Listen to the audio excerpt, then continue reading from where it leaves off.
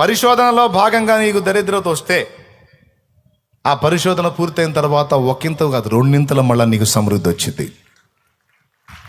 ఏం కృంగిపోవద్దు.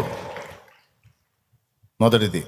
రెండవది, దీనులకు దరిద్రులకు అన్యాయం చేయుట ద్వారా, వారిని దోచుకునుట ద్వారా, వారిని మోసగించుట ద్వారా దరిద్రత మనకు వచ్చింది. ఒకవేళ ఆ స్థితిలో ఎవరైనా ఉంటే దేవుణ్ణి క్షమాపణ అడిగి, కొంతమంది దీనులకు నేను అన్యాయం చేశాను ప్రభు అని ఒప్పుకొని క్షమాపణ అడిగి, ఆ దీనిలో ఒకవేళ ఎప్పటికీ నీకు అందుబాటులో ఉంటే వారికి తిరిగి హెల్ప్ చేయడానికి ట్రై చేయి.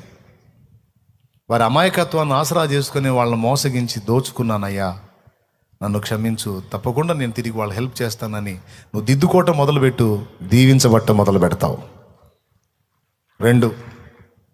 మూడవది, దరిద్రత కారణాలు చెప్తున్నా. మూడవది, సోమరితనం. సోమరితనం కూడా లేమికి దరిద్రతకు కారణమైద్ది. లేమి దరిద్రత అనగానే ఓన్లీ డబ్బు విషయం ఒక్కటే ఆలోచించొద్దు. దేవుడు నీకు ఇచ్చిన వాటన్నిటి విషయంలో